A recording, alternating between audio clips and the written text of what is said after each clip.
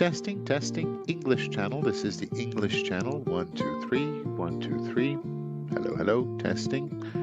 English channel. Can you hear me? Great. Over to you, Klausi.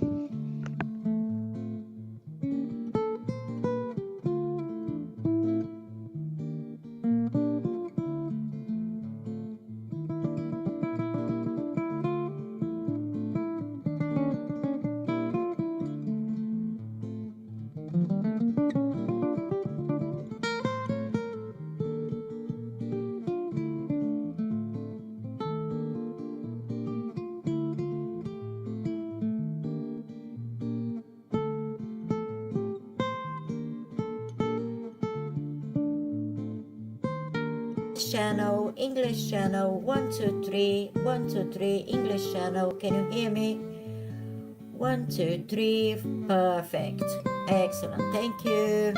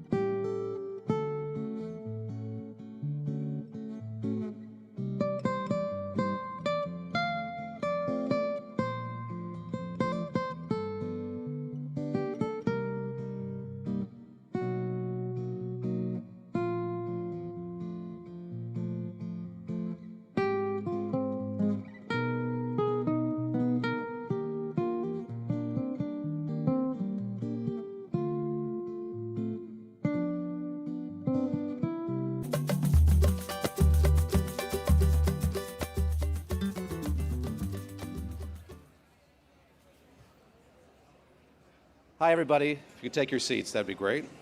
We'll get underway. It's great to see everybody here. I'm David Gura. I'm an anchor and a correspondent for Bloomberg TV and Radio based in New York. Very glad to be here as the MC of this session. This America is All in session at the Local Leaders Forum here in Rio.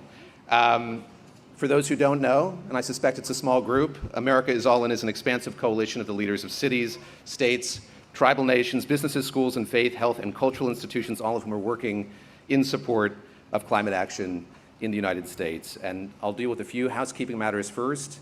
This is going to be conducted in English, but if you need a translation in Portuguese, there are headsets on your seats, and you can use those. I will be moderating one conversation. My other job is keeping this moving and on time. I think that we started on time. I saw Governor Lujan Grisham last night, who encouraged me to rip up the script and really do this extemporaneously.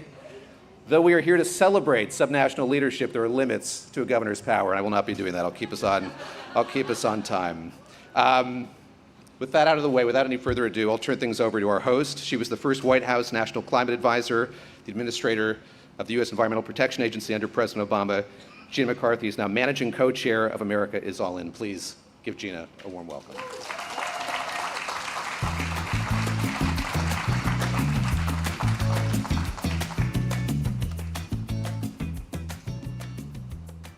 Bright lights.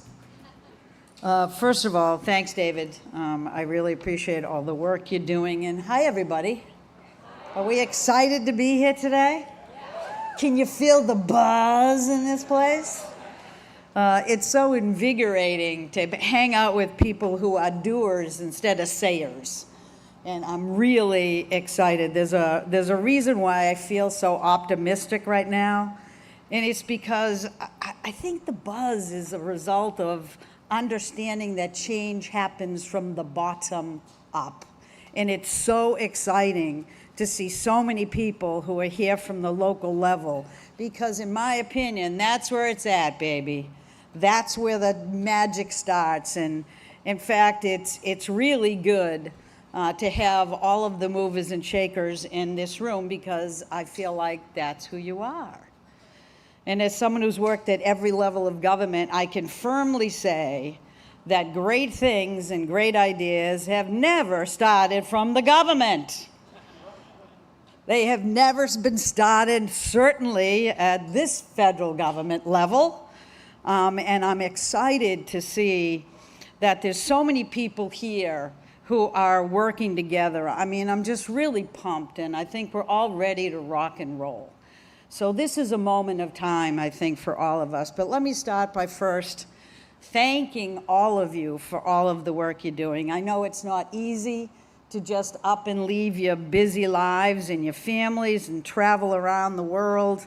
You know, I thought about staying under the covers a time or two myself, so I could hide out from the news of the day. But like you, I decided not to. Look, it's time for hard work.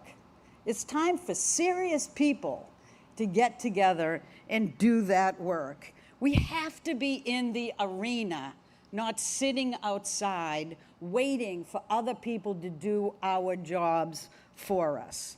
So we need to prove to the world we are not going to let our future of our kids and our loved ones fall aside. We have power, we have agency, we have authority, and damn it, we are going to use it.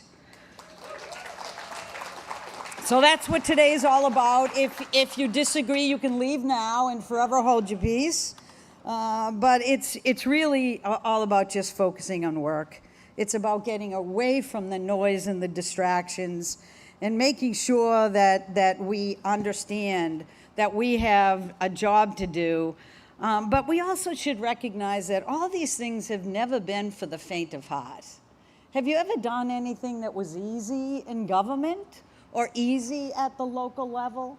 It all is challenging. And I know that I'm excited about where we're going, but I also remember that 10 years ago, the world came together to sign the Paris Agreement. That's hard. That's real steps forward. And it feels like a lifetime ago, But what we've done since then is really way more remarkable than we give ourselves credit for.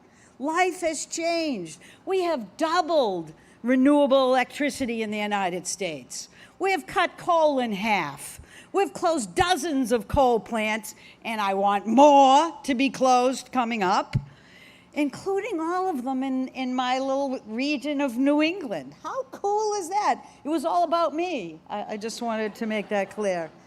And more than 40% of global electricity came from clean power last year. So let's stop moping. Let's start celebrating that we have a foundation now that we can build on. And it's really too easy to get caught up in the doom and gloom, so just stay away from that. Don't talk to your family at home. Don't talk to your relatives. Talk to people you like and want to hang around with. We just can't allow our country and the world to become numb or be debilitated by those who are standing in the way of progress. And we can name them, but I ain't gonna, because they're not here. They can be where they want to be. We're going to be right here. And we're going to look and make sure that our authority and responsibility that is afforded to governors and mayors and local communities is what we're going to focus on, because they are leading the charge for clean energy. So let's make it really clear. We ain't sitting around, folks. We are moving forward. And that's why I am so thrilled to be working with America is All In. I studied because I never remember any title that I hold. I think it's managing co-chair. Okay, it's not too exciting a title either for actually to remember.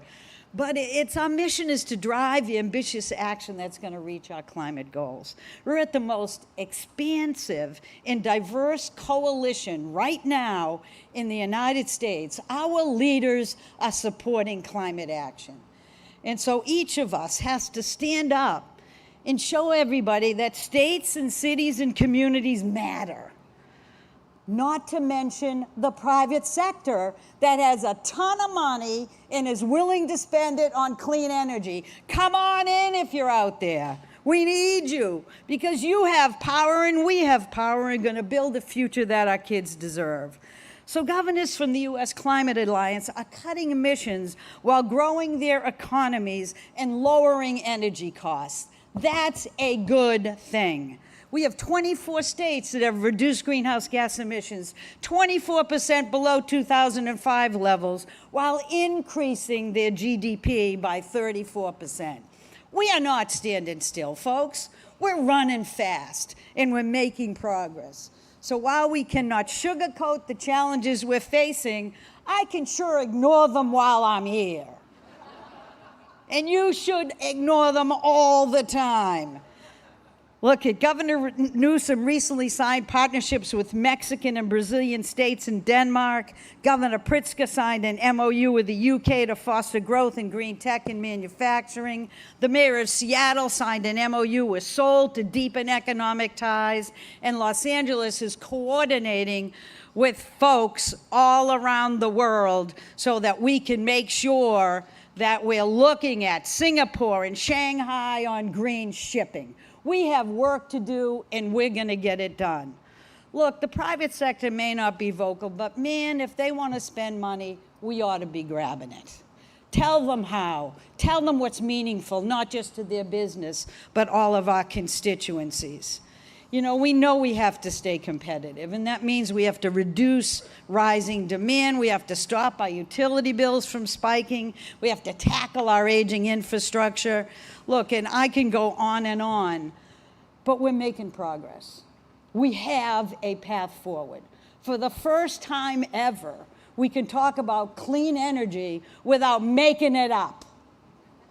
We don't have to make it up. It exists. It is here. So together, we are going to show the world that we are still in, that we are ready, willing to actually tackle our challenge of fossil fuels, put that aside, make progress, and really grab the opportunities of clean energy today. So with that, I just want to remind you all, something my father used to say when I was whining, which was considerable length of time and often. He used to say, hey, Gina, fight the good fight. Well, folks, we're fighting the good fight. Let's celebrate. Let's get excited. Let's keep moving forward. Let's recognize that, at least in my country, which is the United States of America, we are grabbing clean energy for all it's worth, and none of us are going to let that go. Thank you very much.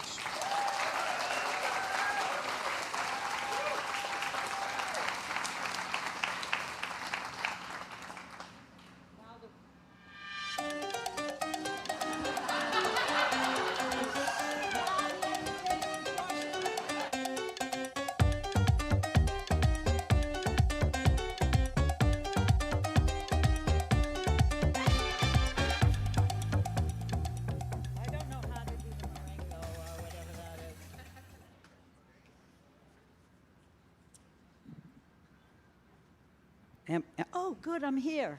I exist. I say that every day. Look, I'm really excited right now. I hope I didn't talk too long, but, I'm excited. Selwyn, thank you for being here. I'm excited that you're here because I am honored to have spent any time with you. You know, the work that you do at the UN is so meaningful, and I'm so grateful. I think we all know Selwyn Hart, who's the UN Assistant Secretary General, and he's here because he's not just one of the world's finest leaders, and he's a policymaker, but he's also an incredible visionary. And so it's that I want to capture today. I want you to come up here, I want you to get excited, and I want to hear what you have to say. Come on, Selwyn.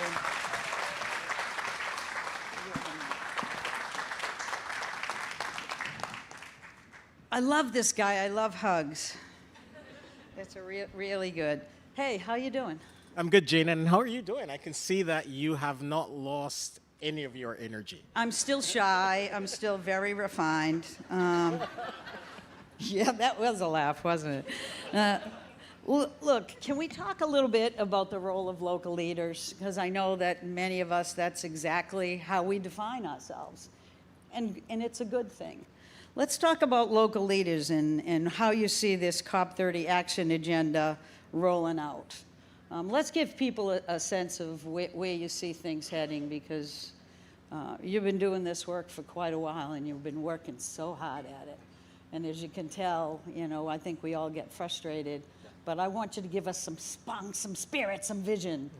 You ready? Yes, definitely. Gina, thank you so much. And it's really a pleasure to be here with all of you. And I grasp this opportunity because I just want to deliver one single message. You're not walking alone.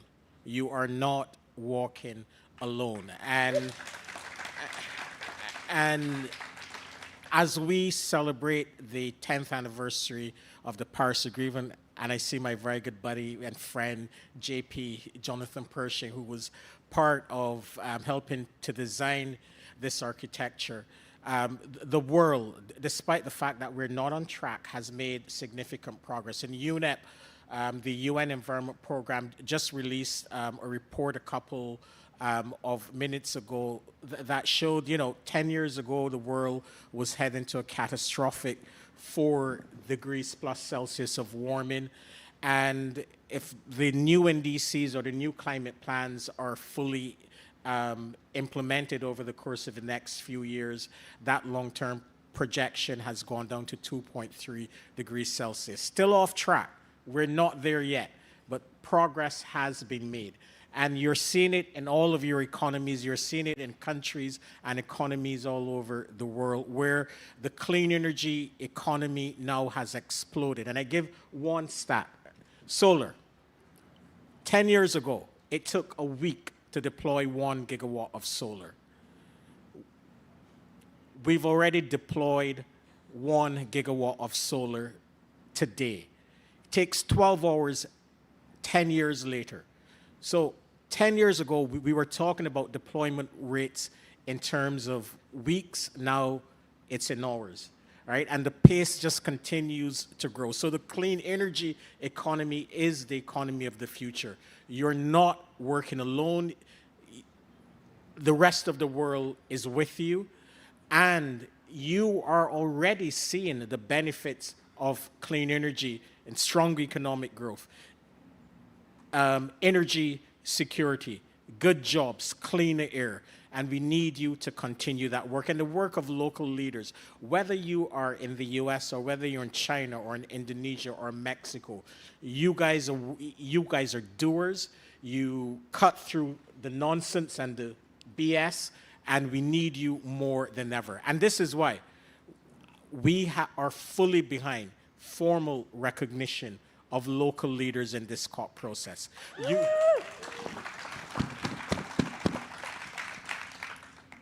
So we need you to bring that energy, bring that spirit to Belém and all of the future COPs, because we need you more than ever to show that despite what national governments are doing, you have always over-exceeded, and we know that you will continue to over-exceed.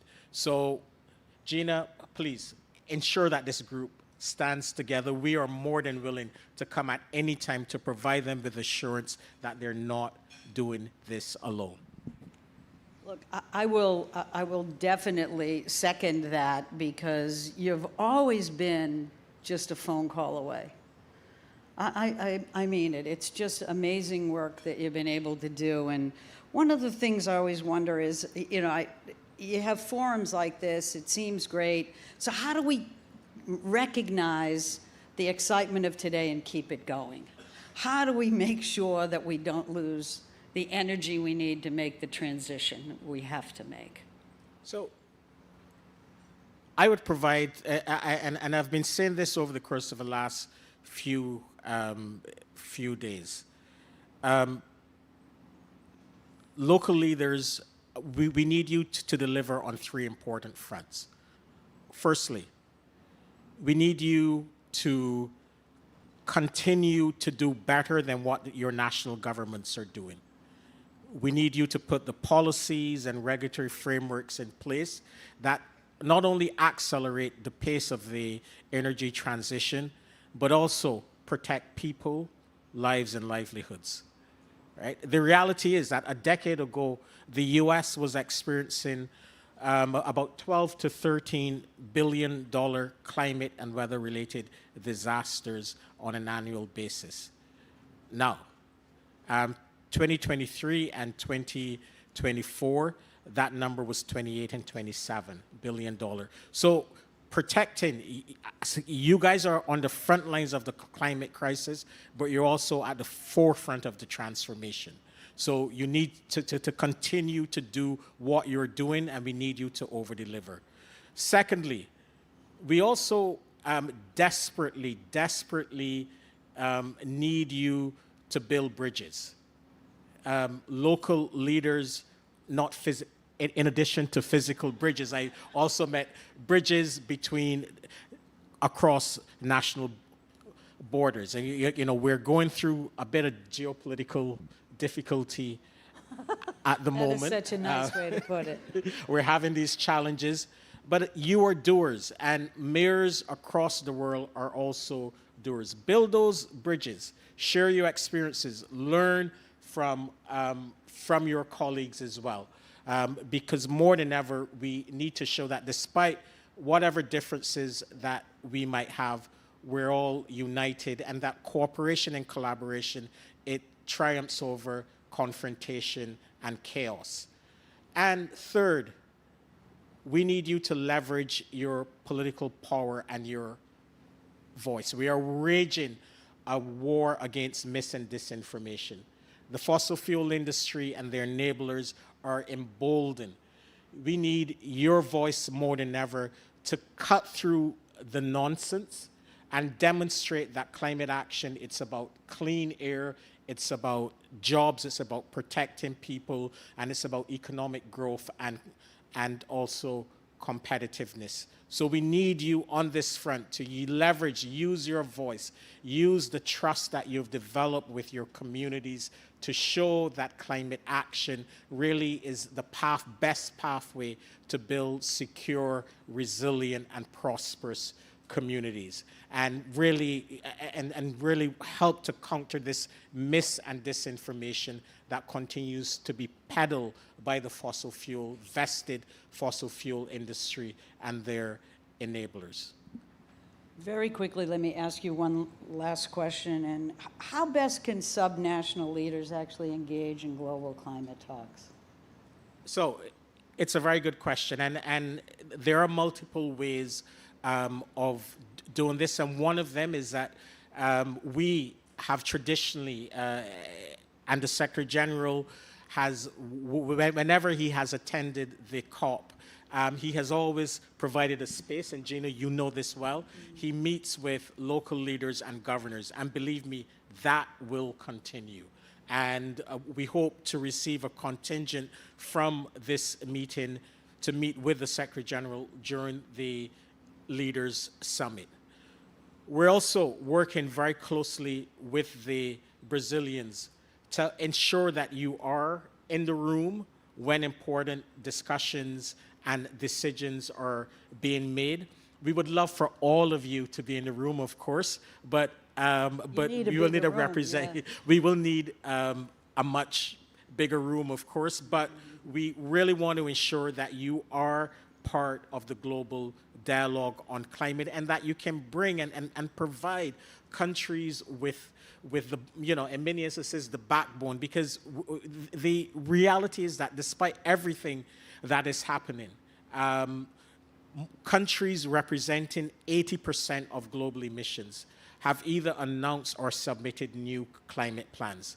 There's this concern, there's backsliding. Yes, the ambition level is not where we need the ambition level to be, but countries representing, we've been working hard with all of the major economies, and JP, we miss you, and Sue and Trig and the other colleagues so much in this effort, but countries representing 80% of global emissions have already submitted their new national climate plans.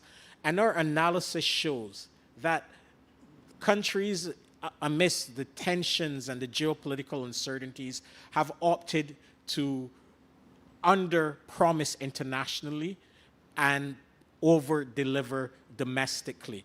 And we need cities from all of these countries in the room to show and provide leaders, national leaders, with the courage to go even further and faster. So we are looking at creative ways of getting local leaders into the room to provide cities like what you've done over the course of the last few years. I'm sure many of them called on you when you were in the White House, but really providing local leaders with avenues to engage domestic governments, because we will need all countries to over-deliver on the commitments that they've put on the table.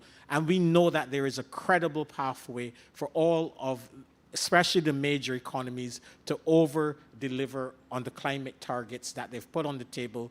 And I don't blame them. As a policymaker, there's no way that I would advise, it would be very difficult for me to advise my prime minister to put an ambitious, overly ambitious stretch target on the table amidst all of the geopolitical and economic and trade uncertainties. So we need you in the room really providing national governments with the courage to be bolder and to move faster. So, as I said, I know that I've run out of time. Don't give up. I urge you, do not give up. You are not walking alone. You are amazing. Can we give a great round of applause for Selwyn Hart?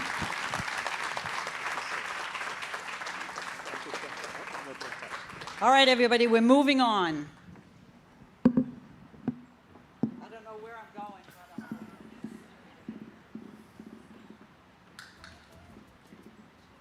I was hoping for the music. Oh, yeah. Sorry. My life would be measurably better if that was played at every moment of transition in my life, that soundtrack. We're going to talk now with 4 of these local leaders, mayors from the United States of America, great cities all, and I'm going to invite them up to the stage if I could.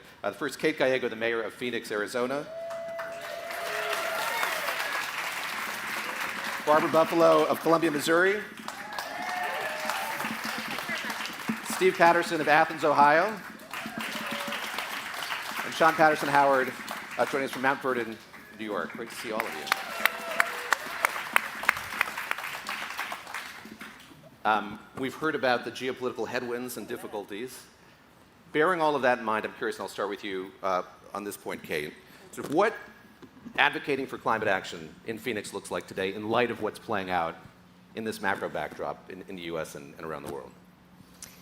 Hello, Phoenix Mayor Kate Gallego. It's a pleasure to be with you here today. We still continue to have strong support from our voters in Phoenix to do more on climate action. We, for many of our funding sources, have to go to our voters, and over again, they vote yes to move forward on climate action. I'm joined by my sister mayor from Arizona, Mayor Romero.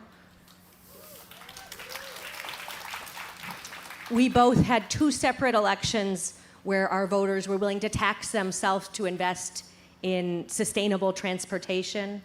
In a separate election, my voters voted to invest in solar and electric vehicle charging. So our residents are with us. They particularly want to see investments that might help them manage their energy more efficiently. Lowering energy bills is very, very popular. We're a hot community, so air conditioning can be really powerful. Our voters want this to happen. They want to do it in a responsible way. For us, climate action is a real issue. We're a hot American city. And that is true for so many of the communities here. So I have the pleasure of working with climate mayors. Most of our steering committee is in the room right now. And you just see progress in so many of America's cities. To push what Gina said, 3/4 of our economy is still explicitly working on climate change reduction. And so many other cities are doing it, but perhaps using slightly different language. So if you leave this event with one message, it's that we as the United States are still committed to progress, and we are making progress. Barbara, let me turn to you next. Ask you what it looks like on the ground where you live and where you're leading. Yeah, so I think for context, for those not familiar with the United States and where Missouri is, we're in the middle of the middle. We called flyover country. It's a very conservative state, went overwhelmingly for President Trump in the last election. And in my community, we are overwhelming support of climate action and the efforts that it takes for that. In Columbia, our voters, similar to in Phoenix, they voted for renewable energy to be part of our electric utility. We're lucky to own our municipal utility. I joke that means that the people telling me no are just 2 floors above me when we're trying to invest more. But what we've seen is that when we're seeing federal funding start to cease to come to us for clean energy, we're then relying on local generation. And so for us, just an example, we started a Solarize campaign just a couple months ago. In the last 2 months, we've pulled enough permits to equal last year's permits that were pulled, because my community is still dedicated to doing this, and we are just helping facilitate the conversation as a municipal utility. One thing I would also add is that we're also having to lead locally. So for us in Columbia, while my state is trying to preempt everything to make us to do decisions and take away those decisions from us, we are focused on what we can do locally. And so within our own municipal buildings, we have 100% disclosure where we advertise when you come to City Hall, you can see how it's performing, how it's benchmarking compared to other similar sized buildings. We're also within our own, we passed an EV electrification plan for our own municipal vehicles. And so with that, 50% of our buses are now electric, and we're getting more, and then also focusing on our light duty. And so while the federal government momentum has slowed down, Columbia's has continued.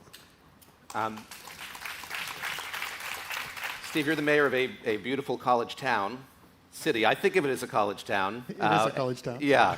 And I'm curious sort of what people there, how they're thinking about climate and sort of the success you've had in implementing some of these They're changes. constantly thinking about climate. You're going to hear kind of a ballot initiative theme up and down the dais. Back in 2018, the city of Athens, we put forward a ballot initiative to ask the citizens to put 0.2 cents per kilowatt hour on their electric bill that can only be used for municipal solar projects. 76% of my city voted in favor of doing that, which allows us to move the needle on community solar for our wastewater treatment plant, our water treatment plant. And one of the things I'm proud to share with all of you, a greenhouse gas inventory not too long ago came out, and shows that the city of Athens has the lowest carbon emissions per capita in the state of Ohio. But also, we're in the top 10%. I want to say the bottom 10%, but we're in the top 10% of carbon emissions in the United States right now. We're chasing Tacoma, Washington. We're hot on Tacoma's heels, but that is kind of the way in which the city of Athens thinks about things. We're always looking at how do we shake it up in our community, and we'll continue on down that path. Sean, let me turn to you next, and since we're doing geography here, Mount Vernon, just outside of New York City, a stone's throw from New York City, north of the Bronx. I'm curious, picking up on what we've heard here, are your constituents advocating for more action on this? How much does it feel sort of bottom up versus top down, and what would you advise in terms of how effective you've been doing it? So I can say this. 6 years ago when I came into office, I don't think that my community was discussing this issue at all. Mount Vernon is 89% black and brown. We are the blackest and brownest community north of the Mason-Dixon line in the United States. And so we were really focusing on competing issues of housing, health, care, hunger, education, crime. But COVID brought a new focus and a new understanding, and you can never waste a crisis. Our sewer system collapsed. As people were home and the sewer system was old, methane gas was pouring from the sewer system into our community. We had sewage spilling into the rivers around us, and the EPA came and put a consent decree on us. So what did we do? We became climate first responders and champions, and we leaned into this, understanding that we had to rebuild our tree canopy, that we needed to start focusing on EV stations because more people were interested in buying electric cars. We needed to make sure that our buildings as a municipality were more green, and so we began to institute a green building policy. And so we continue to do a lot of work, but most importantly, instead of doing things in silos and based on crises, we had to take a comprehensive look at how our community was functioning and what we were doing and where we were spending our money, and put a community climate planning action into place. And so that's what we've been doing. And of course, we have become members of Climate Mayors and OECD and different organizations that really helped us focus, Environmental Defense Fund, really focusing on what we needed to do with climate, because when the rest of America gets a cold, communities of color get the flu, and we die. And we began to understand more that environmental justice was not just for others, that tree hugging was not just for white communities, and I have to say that honestly, but it impacted us as well.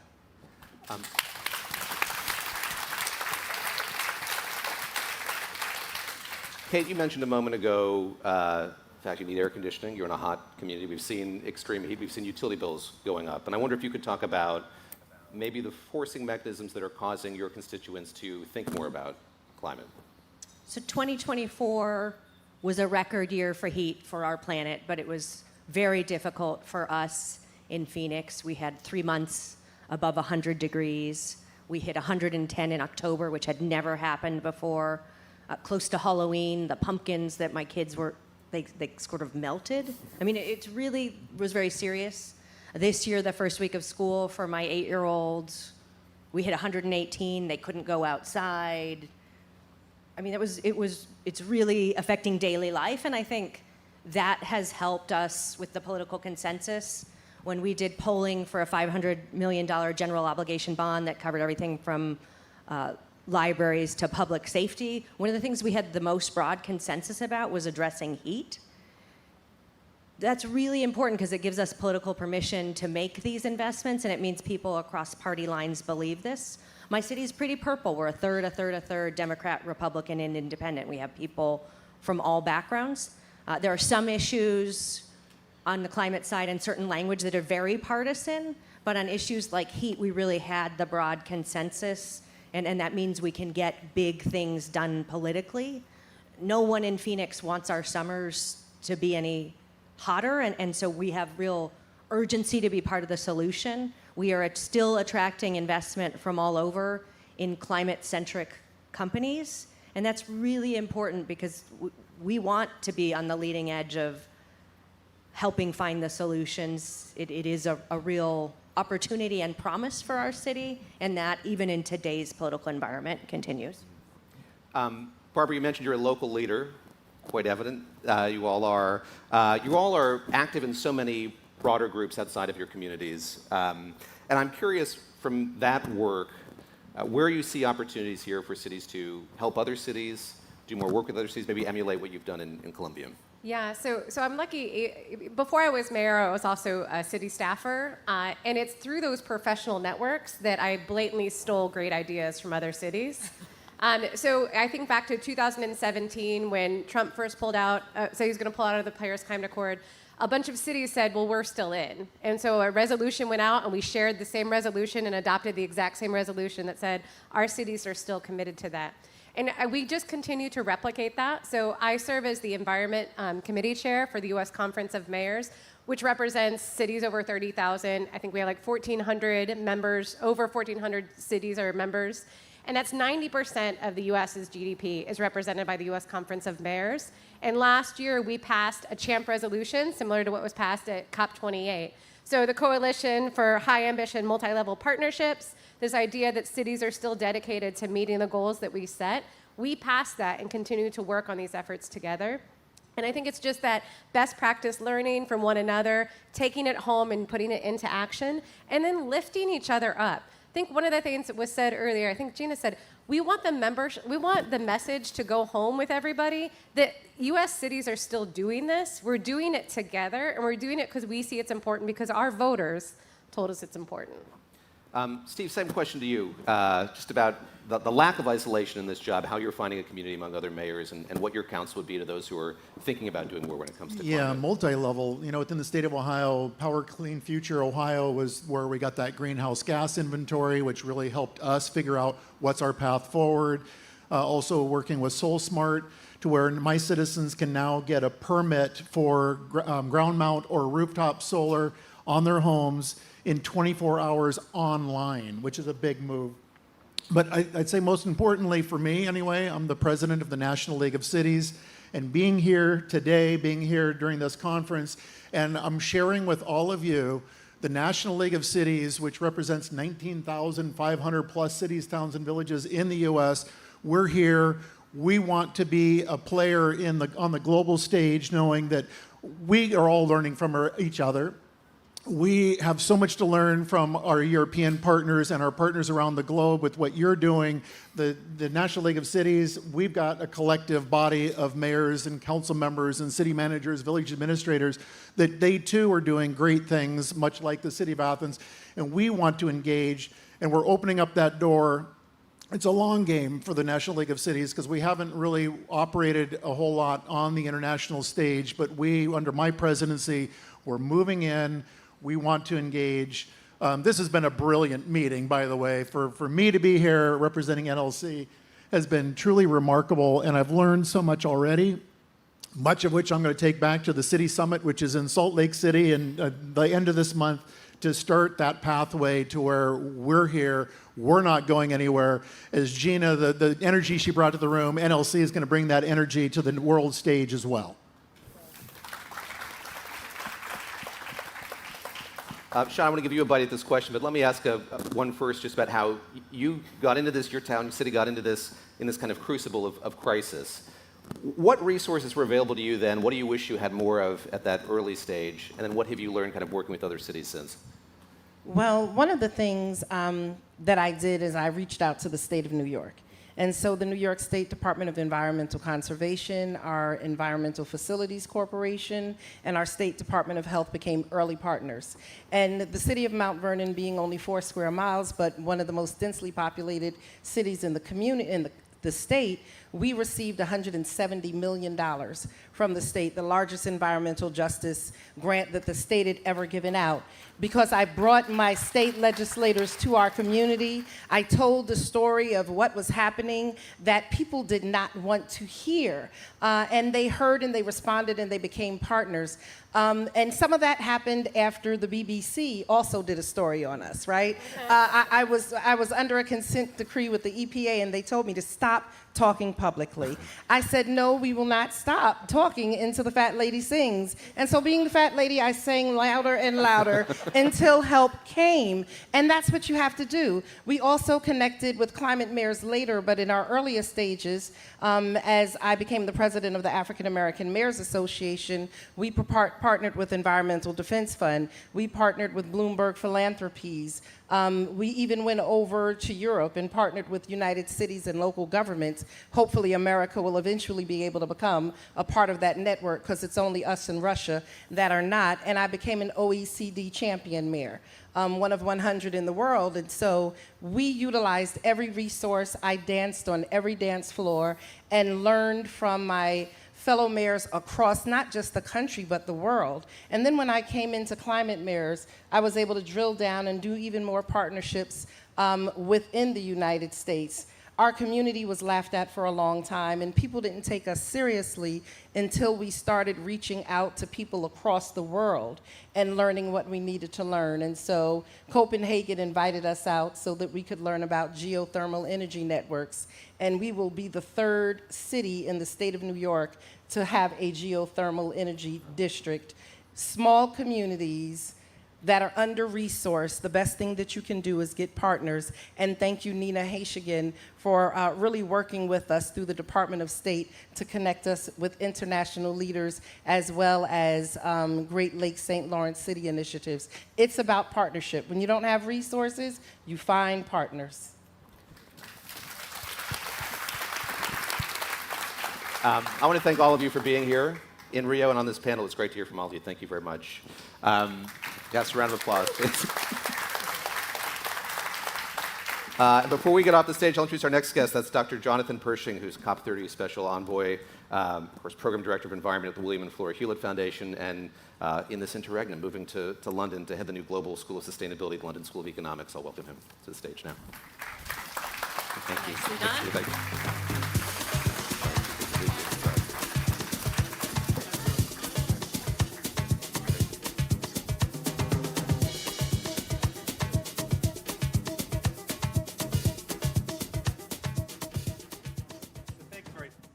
On? Yeah.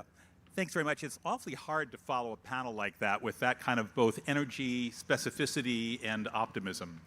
So I really wanted to appreciate all of our mayors for kind of both for being here, but also for what they're doing at home. And I think one of the things that's the theme ultimately of the conversations that we're having is very much one of the action at a local level is where it happens. And we can do a great deal of talking at the international level, and I've certainly done my share of that. But at the same time, when it gets down to the change that we need to see, it's much more local. And the next panel is another version of that kind of local activity, because I'd like to welcome to the stage the next set of panelists. I want to start off with Governor Evers from Wisconsin, and then Governor Lujan Grisham from New Mexico. Wade Crawford is the Secretary of Energy and Natural Resources from the Department of Natural Resources in California. And then we actually do have a business voice here today with Lisa Jacobson, who's the President of the Business Council for Sustainable Energy.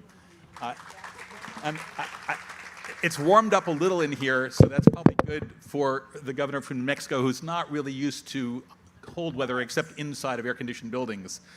It's cold in New Mexico, so that's the other thing we got to do, a little education about what the weather is like around the globe. Snowing, U.S. ski team.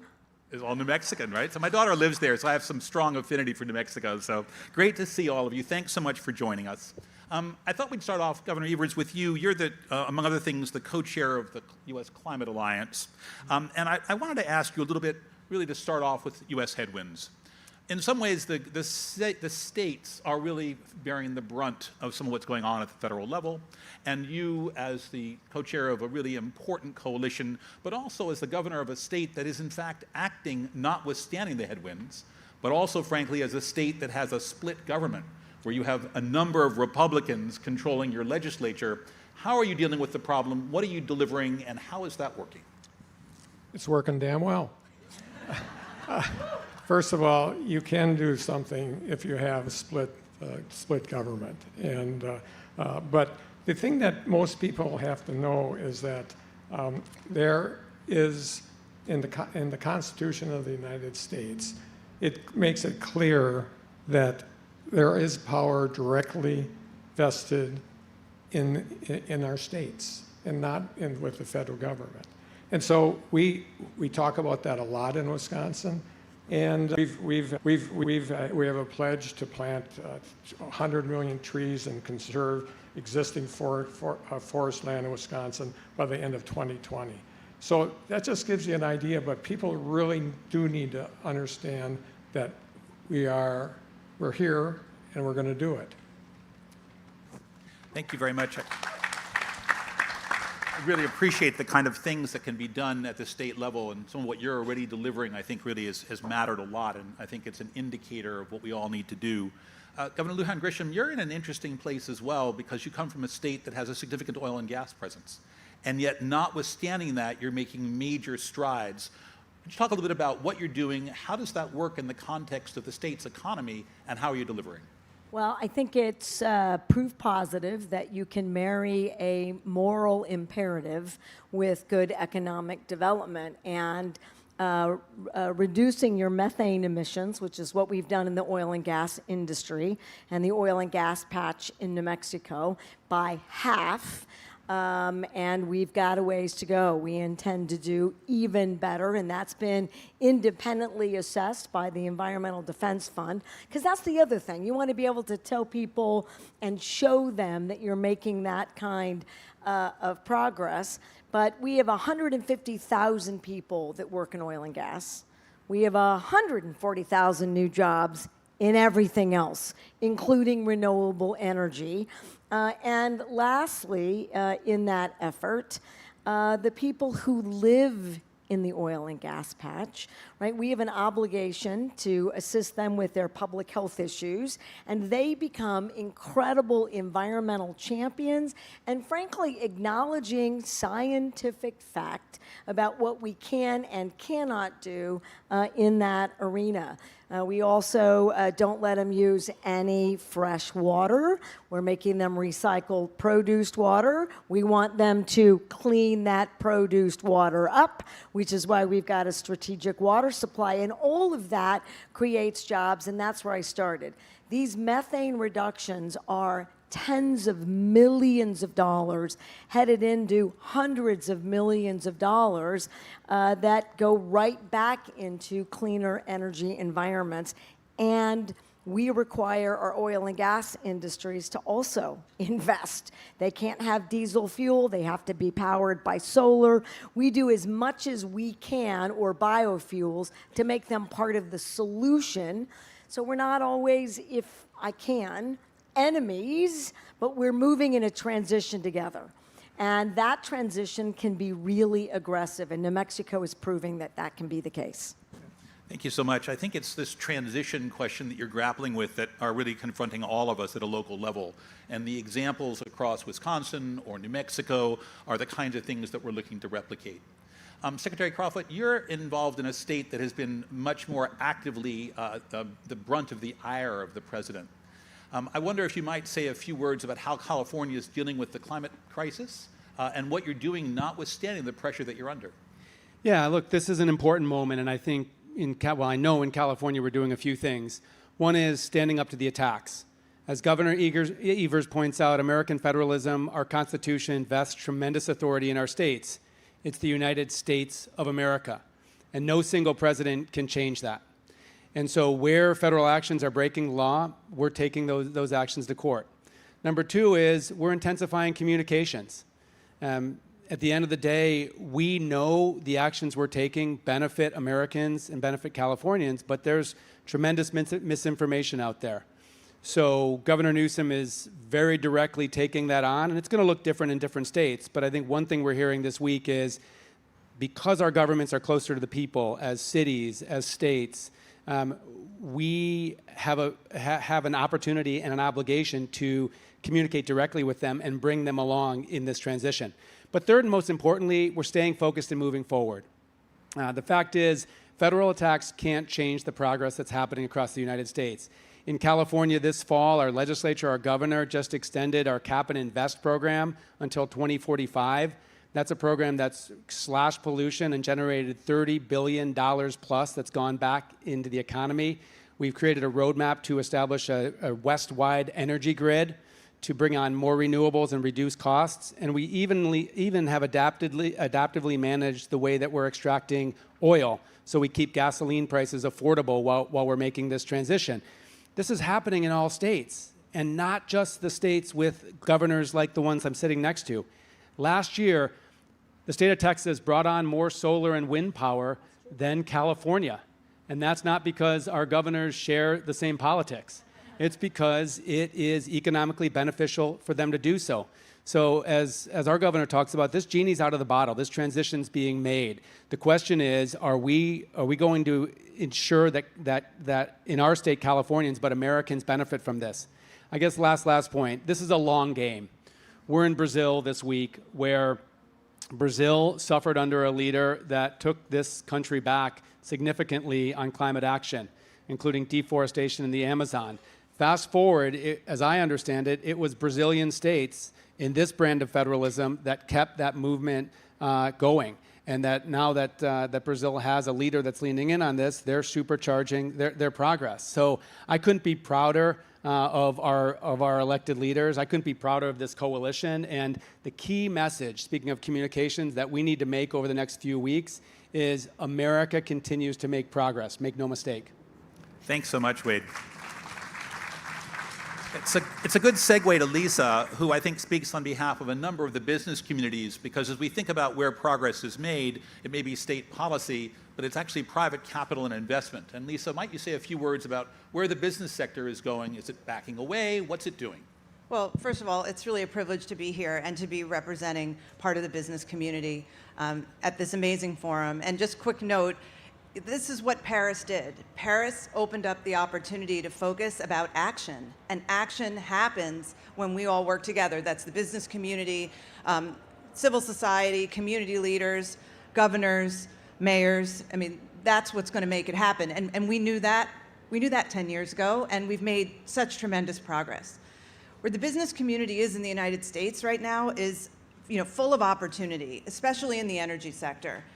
What we haven't really talked about, which is usually the first thing that's discussed in every panel I've been on in the last several months, is that energy demand is growing in the United States. That has not really occurred at pace in over 2 decades. So now we have an urgent need for energy. And when we look at what we've built over the last 20 years, that's the playbook we have. We see this increasing mix of clean and efficient energy resources. And then when we look even at the first half of this year, let's talk about it. Yes, we've had disruption in our federal policy landscape, but states and localities are moving forward steady state, and even in the midst of those challenges are rolling up their sleeves and calling on the private sector to come talk to them. How do we get this done?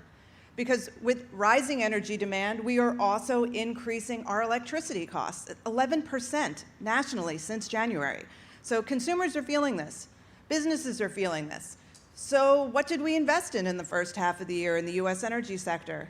We invested predominantly in solar and storage, and not in small amounts. We're talking about 18 gigawatts of solar installed in the first half of this year, and 30 gigawatts of storage. And just even coming on the plane here, reading some amazing announcements going on in the sector as we are trying to meet energy demand, which is coming from increased manufacturing, it's coming from increased corporate demand, and corporate demand is still dramatically increasing its interest and support for renewable energy and other clean energy sources. It's also from AI and data centers and other industries of strategic importance. All of this is going on. So what do those investments look like? What do those announcements look like? Especially in the near term, they're looking at this broad portfolio of demand-side solutions, so things like energy efficiency, load management, renewable energy, storage, increasing look at renewable and clean fuels. I mean, all of that, nuclear, geothermal, I could go on. These technologies have never been more affordable in many cases. And when you look at energy efficiency, renewable energy, and other clean generation, we can deploy those in the next 3 to 5 years. So I come to this group and say, the business community, to invest, we need to partner with all of you. We need to be creative because things have changed at the federal level, but no one is moving back on their plans. These are businesses, some cases 100 years old businesses, and they are on track to grow in the United States and grow globally, and we want to bring those jobs and those economic opportunities back to communities too. Thanks so much, Lisa. So let me come back for each one of you. I think you've framed in all of your first comments some discussions about how you see the problem at a large scale. But come back now to at home. When you try to articulate at home why you're doing what you're doing and sell that and persuade your constituents of what you do, what do you tell them? What are the things that rise up to the top of what you say at home? You know, it's interesting. There's several things. One is we've been talking about solar for a long time in Wisconsin. We're, you know, a moderate state as far as temperatures, but it's been an easy sell. It's been an easy sell. I think the one that is most helpful for me is when we worked with people to essentially change their homes. You know, putting solar on your roof, making sure that you have, you know, everything's done in the basement, and making it it's solar, but it's also making sure you're taking care of all the leaks and all that stuff that, frankly, nobody thinks about. Well, we've helped fund some of that, and what I hear the most from people is we're saving money on our energy costs. And they talk to their neighbors about this. I mean, we can talk as governors and others all the time we want to, but most people aren't listening to us in Wisconsin. Maybe we're the only place. But the bottom line is that when we have regular Wisconsinites talking to regular Wisconsinites, not talking about politics, but talking as neighbors or neighborhoods or cities or, you know, down the block, that's when the magic happens. They own it. They see the changes that have been made. We help them make those changes. There's no question about that. But that's where I see, you know, we can talk from the rooftops, and we do this every day, every year, but it's that down the block, talking neighbors to neighbors. What's that on your roof? Boom. What do you do in the basement? Boom. What's your energy cost? Boom. That's how it happens. That's how it happens. Obviously, events like this make it easier, but at the end of the day, when we talk, I mean, we've created offices in our state that, you know, sustainability and environmental justice and all those things that we're using our ability to do as governors, but when it comes down to it, it's making sure that the people have safety in their home and making sure that they're doing it the right way. Local and pocketbook issues matter. Yeah, no kidding. Yeah. Governor Lujan Grisham. Well, you did my answer. It's a pocketbook issue, and I'll take it one step further. When you are investing in particularly renewables, and, you know, the largest wind farm in America is powering LA. So we work together across states to bring affordable, clean energy. New Mexico is also home to the largest energy transition investment. So we've got transmission lines and a transmission regional authority. But you can bring then real meaningful jobs to rural areas. And New Mexico is an incredibly rural state with 23 independent sovereign nations who are also dramatically investing and leaning in to these industries and their own partnerships with the private sector to do just that. Pocketbook issues marry that moral imperative with real opportunity for the next generation. That's working in New Mexico. I believe it's the secret recipe to work all over the world. Thanks so much. Wade? Yeah, I couldn't agree more. And I'll just say, you know, basically most Americans or most people in the world don't have the time or luxury to think deeply about climate change. But regardless of where you're from and who you vote for, I guarantee you that everybody cares about protecting the safety of their family, wants to live in a community where they can be healthy, and wants to enable a future where they can prosper, their kids can prosper. We have to connect the dots, and I'm so proud to have all of these mayors in the room that no one does a better job connecting the dots to the real issues of people.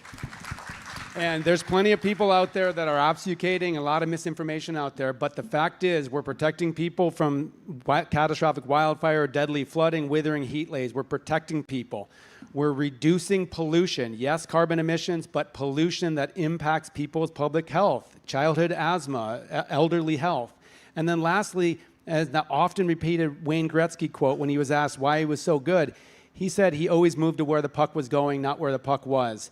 We know where the global economy is moving. We have to resist this temptation to double down on uneconomical polluting industries and double down on the energy of tomorrow. Yeah, no, I mean, I'll just put another amplification on speed and affordability. I mean, that's what is driving a lot of the business investment in the energy sector today. It's what can we deploy affordably with proven technologies that are low and zero carbon emissions and that are readily available. So that's that sweet spot. And as we continue to scale many of those industries, in the next 5 to 10 years, we will overcome what the short-term risks might be that we might see in the next 2 to 3 years. But I mean, I'm very optimistic if in the next 2 years we meet the amazing historic forecasts we're talking about for renewable energy, for energy efficiency, for clean fuels. It will be in a very different marketplace in 3 or 4 years. But I also want to say that the long-term investments in technologies that are critical to decarbonization, like nuclear, geothermal, technologies that we aren't thinking as much about in the renewable suite, like hydropower or waste to energy. I mean, there is so much we can do. They will take longer lead times, and right now, thanks to the leadership of all of your states and your colleagues, those long-term plans are being put in place. So in 5 to 10 years, we can realize those project announcements that we read in the paper today. They will deliver for us, and we will be much stronger because of it. I know we're out of time, but fusion is now in New Mexico. So carbon-free future effort, and I can remember my parents talking about that as experimental, maybe not in my lifetime. Well, in fact, my lifetime. So there's amazing work going on in the States, in our partnerships with the private sector and the academic world. Same thing with us. We're doing the nuclear piece, and we've put money into it. It seems to be working well. I'm really excited about the future. So that's a great group of people to kind of top off our discussion. I'd just take maybe a couple of quick concluding remarks. The first one is that things are happening. Don't go away. This kind of echoes Selwyn's point globally. There are people standing with you, and this group is moving forward, and you can be with them. Our cities are there, our states are there, a population is there. The federal government is not playing, but the U.S. is. And I think it's important to hear that from this panel. I think the second thing which I found notable was this kind of second part of our discussion in which we think about what resonates. Climate change actually resonates partly as a problem. There are certainly people, and we heard from the mayor of Phoenix how important heat was, but it resonates as an opportunity. It's an opportunity for welfare improvement. It's an opportunity for jobs. It's an opportunity for local economic development. And I think we're hearing that from all of the states, that success is about seizing that opportunity. I was asked to serve by the Brazilian government as the special envoy for North America. And what was interesting when I said yes to that task is not because the federal government was doing it, and I served as the US federal envoy as well, but because the states were acting. And at this moment, states and cities and people are the reason the US is still in. I think the reason we can continue to make progress. So it's an honor to share the stage with you. Thank you for all your work.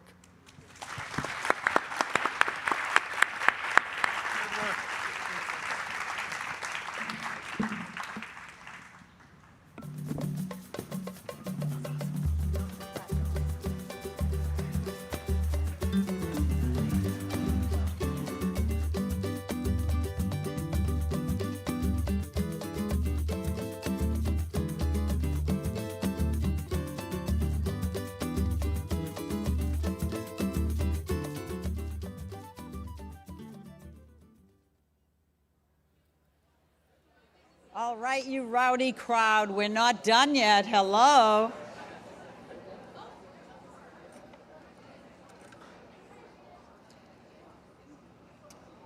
Thanks, everybody, for 2 great panels. I hope you all come away with a much richer understanding of the ways that states and cities and businesses are up my nose. No, are acting boldly and install clean energy.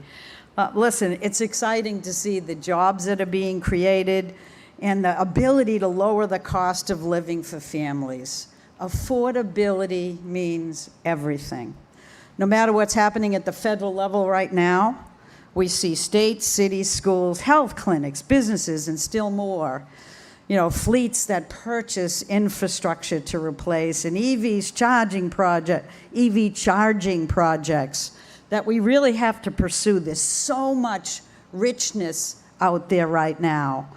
To actually grab the clean energy opportunities needs to be priority one, because that's where we're going to make progress. And internationally, we can collaborate with our colleagues like Selwyn Hart, who really has been such a gracious person in terms of working with us and his work at the United Nations.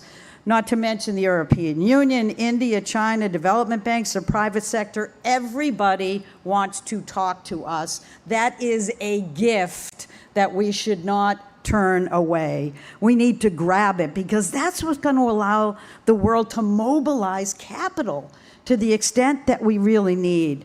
And frankly, we have to do this because the cost of inaction is too damn high, right? I've never been one to back down from a fight. I ain't going to start now.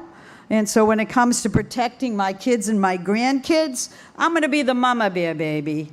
We're going to have to work together. It's clear that I am not alone.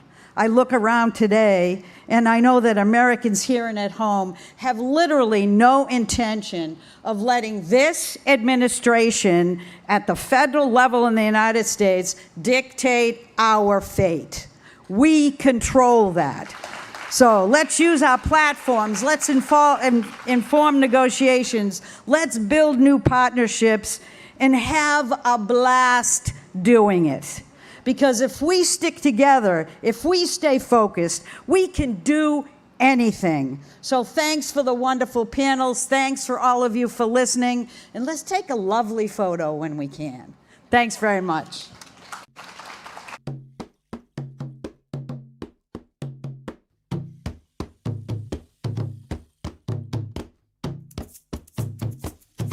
Place for the family photo. So it's incredibly important that everybody be there. So I'm going to have all the elected officials here in the audience, all of our speakers go past